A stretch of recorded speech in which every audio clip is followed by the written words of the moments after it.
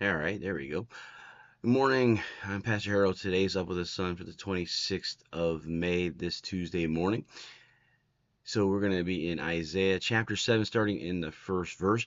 When Ahaz, son of Jotham and grandson of Uzziah, was the king of Judah, King Rezin of Syria, and Pekah, son of Remaliah, the king of Israel, set out to attack Jerusalem. However, they were unable to carry out their plan. The news had come to the royal court of Judah: Syria is allied with Israel against us. So the hearts of the king and his people trembled with fear like trees shaking in a storm.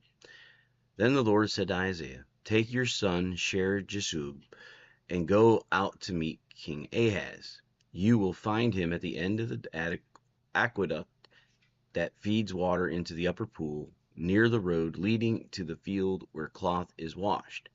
Tell him to stop worrying. Tell him he doesn't need to fear the fierce anger of those two burned out embers, King Rezin of Syria and Pekah son of Remaliah. Yes, the king of Syria and Israel are plotting against him, saying, 'We will attack Judah and capture it for ourselves. Then we will install the son of Tabel as Judah's king.' But this is what the sovereign Lord says: This invasion will never happen. It will never take place. For Syria is no stronger than its capital, Damascus, and Damascus is no stronger than its king, Rezin. As for Israel, within 65 years it will be crushed and completely destroyed. Israel is no stronger than its capital, Samaria, and Samaria is no stronger than its king, Pekah, son of Remaliah. Unless your faith is firm, I cannot make you stand firm." So this is just a very part about Israel has split into two pieces: the northern, or Israel, and in Judah in the south. And so there are three kings in this story. There's the king Rezin of Syria, which is an outside agent, and Pekah, son of Remaliah, who's the king of Israel, the northern tribes, and they're planning to attack Jerusalem, where King Ahaz is. And Isaiah gets a word from the Lord to tell him to go out and find him and say, "Hey, look, this is what's going to happen. This is what God says." So the prophecy is here that this invasion that they're planning won't happen. Syria is no stronger than Damascus. Damascus is no stronger than their king. And Israel, in 65 years, the northern tribes will be destroyed. And Israel is no stronger than its capital, Samaria. Samaria is stronger than its king.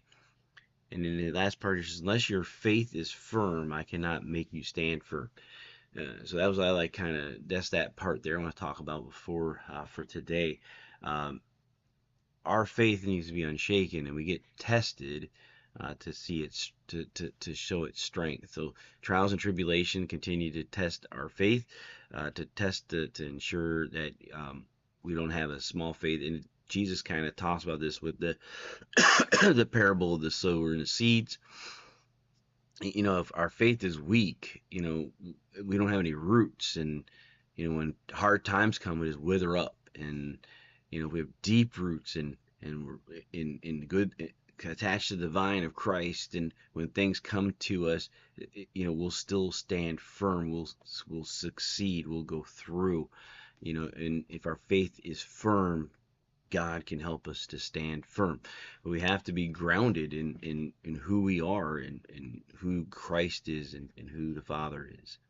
It's very important that we remain grounded to the principles of God's character. And here we have God telling Isaiah that, hey, look, this isn't going to happen. You see what's going on in the world. And sometimes we need to just take our petitions to God and look, God, I don't understand the world around me, and I don't understand where I'm supposed to be. Show me, move me, direct me, shape me into what you want me to be, so that I'm not turned by the winds, and I'm not pushed in directions that you don't want me to go. It's important that we continue to stay firm, so we can stand firm in our faith. So with that, I'm going to end today. We'll pick up the rest of this chapter tomorrow. I'm going to pray with you this Tuesday morning. Father God, thank you for today's message, and thank you that you point out through Isaiah that our faith needs to be firm, so that you can help us to stand firm. The armor of God won't work if we don't put it on.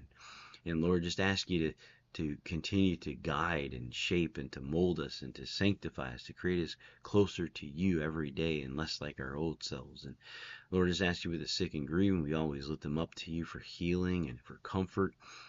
Lord, I just ask you to give us your eyes and your heart as we interact with other people, that we can give our testimony and tell them that there is someone that truly loves them just the way they are and loves them so much that he wants them to be better than who they are and leave them, to lead them into a better life. We ask all this thing in